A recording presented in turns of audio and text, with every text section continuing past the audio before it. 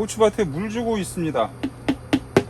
그런데 그냥 물만 주는 것이 아니라 액비하고 그리고 화학비료, 녹인물하고 같이 섞어서 고추밭에 점적 투입을 통해서 공급을 해줍니다. 투입이나 유기물 거름처럼 기비로서 밭을 만들 때 투입을 하게 되면 사실 작물이 씹어먹지 못합니다. 사람처럼 소화액의 작용을 통해서 분해를 거쳐서 섭취를 하는 것이 불가능하기 때문에 수분과 결합한 이온 형태로 양분을 섭취합니다. 그렇기 때문에 물에 잘 녹지 않는 형태로 투입을 하게 되면 그 작용 기간이 상당히 오래 걸리기 때문에 저는 가능하면 물과 적절히 혼합이 되어서 충분히 발효된 비료나 퇴비를 사용합니다. 어떤 것을 사용하는지 제가 간단히 보여드리면 여기 두 가지가 있습니다. 첫 번째는 한 4, 5년 됐나? 예, 그 정도 전에 담궜던 액비입니다. 액비라고 하면 특별한 뭔가가 들어있을 것이다 라고 생각할 수도 있지만 사실은 저희 밭에서 나오는 부산물들, 예를 들자면 고추라든가 감자라든가 더러는 또 겨울 동안 보관하다가 제가 부주의해서 얼려서 먹을 수 없게 된 고구마라든가 기타 농작물들, 여기에는 마늘도 있고 여러가지 주변에 흔한 잡초도 있고, 그리고 또 그 세균들의 먹이가 될 수 있는 당밀도 있고, 최근에는 또 쌀뜨물도 넣고 있습니다. 그래서 여러가지 물질들을 넣고 나서 충분히 발효가 된 한 4, 5년 된 이러한 액비를 물을 줄 때마다 투입을 하고 있습니다. 그리고 이쪽에 있는 것은 화학 비료를 녹인 것인데, 이것은 NK 비료를 물에 녹였다가 약 일주일 정도 이렇게 두었다가 주는데, 한 20리터에 한 컵 정도를 타서 녹입니다. 그렇게 되면 현재는 요만한 바가지로 하나 들까 말까 한 그러한 양이니까 아마도 한 주먹 정도 이렇게 양이 물에 녹아서 고추밭에 물을 줄 때마다 관수 시설을 통해서 공급을 하게 되는데, 따라서 크게 농도 장애 같은 것은 제가 경험해 보지는 못했습니다. 다시 한번 말씀드리지만 이렇게 수분과 결합된 형태의 양분을 투입하는 것이 바로 흡수할 수 있고, 또한 효과도 곧바로 나타나기 때문에 훨씬 더 효과적이기도 하고, 그리고 소요되는 비료의 양도 적고, 그리고 부작용도 거의 발견할 수가 없습니다. 그래서 이렇게 저희는 액비 형태 그리고 화학 비료를 녹인 형태, 이렇게 두 가지를 물을 줄 때 함께 투입을 합니다.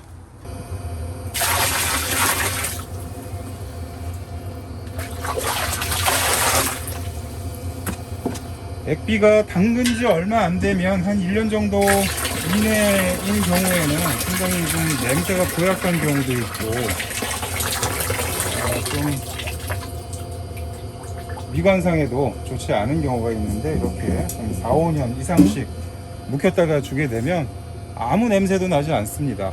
그리고 자체적으로 발생할 수 있는 예기치 않은 독성이라든가 조금 농도를 맞추는데 정밀하게 진행하지 못해서 발생할 수 있는 여러 가지 문제점으로부터도 자유로울 수 있는 것 같아서 이렇게 오랫동안 묵혔다가 투입을 합니다. 이처럼 플라스틱 통에 담아서 제가 주로 사용하는 곳 근처에다가 보관을 해 뒀다가 물을 줄 때마다 함께 섞어서 공급을 합니다. 이 안에 액비들이 들어 있습니다. 650L짜리 고래통입니다. 안에 살짝 비춰보면 이러한 형태로 분해가 진행되고 있습니다. 이쪽은 쇠비름 액비입니다. 가리 성분이 많이 들어 있다고 해서 꽃이 피고 나중에 열매가 제대로 착색이 되고 그 고유의 맛과 향을 드러낼 수 있도록 도와주는 그러한 성분으로 알고 있습니다.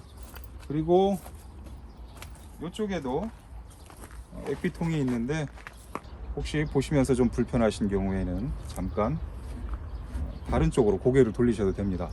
액비통에 들어가 있는 것은 저희 밭에서 생산되는 농산물이 거의 대부분입니다. 여기 당밀이 있습니다. 이 당밀 또한 이 세균들이 분해 과정을 거치는데 양분으로서 작용을 하니까 일종의 세균의 먹이인 셈입니다. 하지만 뭐 굳이 이렇게 당밀까지 챙겨서 넣지를 않더라도 곡물에 찌꺼기라든가 도전 과정에서 나오는 껍질 같은 것, 그런 것들도 넣습니다. 권장하는 비율을 아주 과학적으로 정확하게 또 정밀하게 맞춰서 투입을 할 수는 없지만, 그래도 어느 정도 식물이 성장할 수 있는 데 필요한 거의 모든 요소가 들어있다라고 알고 있습니다. 그래서 이렇게 매년 액비를 담갔다가 충분히 발효 과정을 거쳐서 투입을 합니다.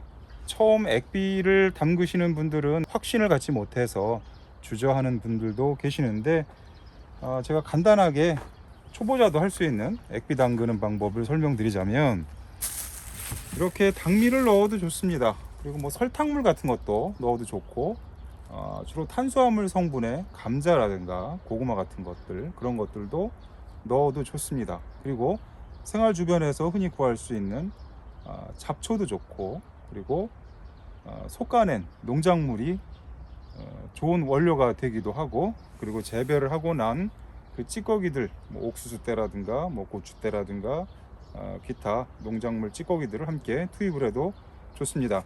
저희처럼 고추도 직접 넣어도 되고, 뭐 그 외에 다른 것들도 함께 투입을 하는데, 가능하면 저 같은 경우에는 지하수를 사용합니다.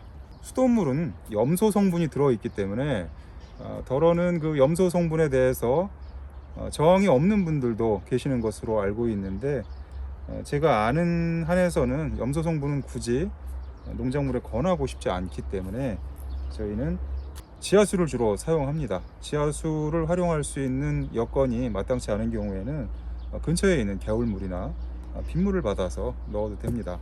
이렇게 한 통 정도 담아 두게 되면 의외로 오래 갑니다. 사용할 수 있는 기간 또한 길고, 그리고 저도 뭐 그런 경우가 빈번합니다만은 비료를 주다가 모자라서 또 사러 가고 이런 경우도, 아주 초보적인 실수를 제가 하기도 하는데, 그러한 일도 방지할 수 있고, 이렇게 항상 액비 형태로 담아두면 뭐 거듭 말씀드리지만 효과가 즉각적이고, 이렇게 액비 형태로 물 공급할 때 투입을 하게 되면 불과 2-3일 후에 작물이 확 달라지는 모습을 관찰할 수가 있습니다. 그리고 화학 비료를 투입을 하게 되면 비가 오지 않는 경우에 대기 중으로 다시 환원이 되는 뭐 그러한 부분도 상당히 크고, 비가 와서 수분과 혼합이 돼서 적절하게 섭취가 되지 않으면 소실되는 부분이 상당히 큰데, 이렇게 물관을 통해서 액비 형태로 공급을 하게 되면 그러한 부분도 미연에 방지를 할 수 있을 뿐만 아니라, 이 비료도 식물에 데미지를 줄 수가 있는데, 이렇게 액비 형태로 공급을 하게 되면 그러한 일은 거의 일어나지 않는 것 같습니다. 비교적 진입 장벽이 높지 않습니다. 누구나 해도 쉽게 접근할 수 있고, 초보자가 해도 거의 실패 확률이 없다고 볼 수 있는, 그리고 원료도 다량의 수분과, 그리고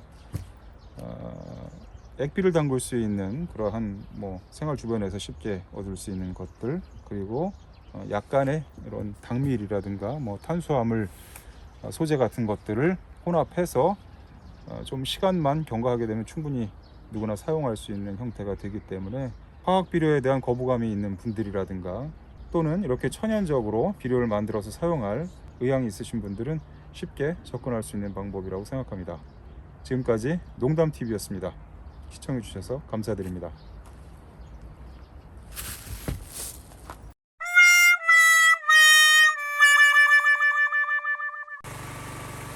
어?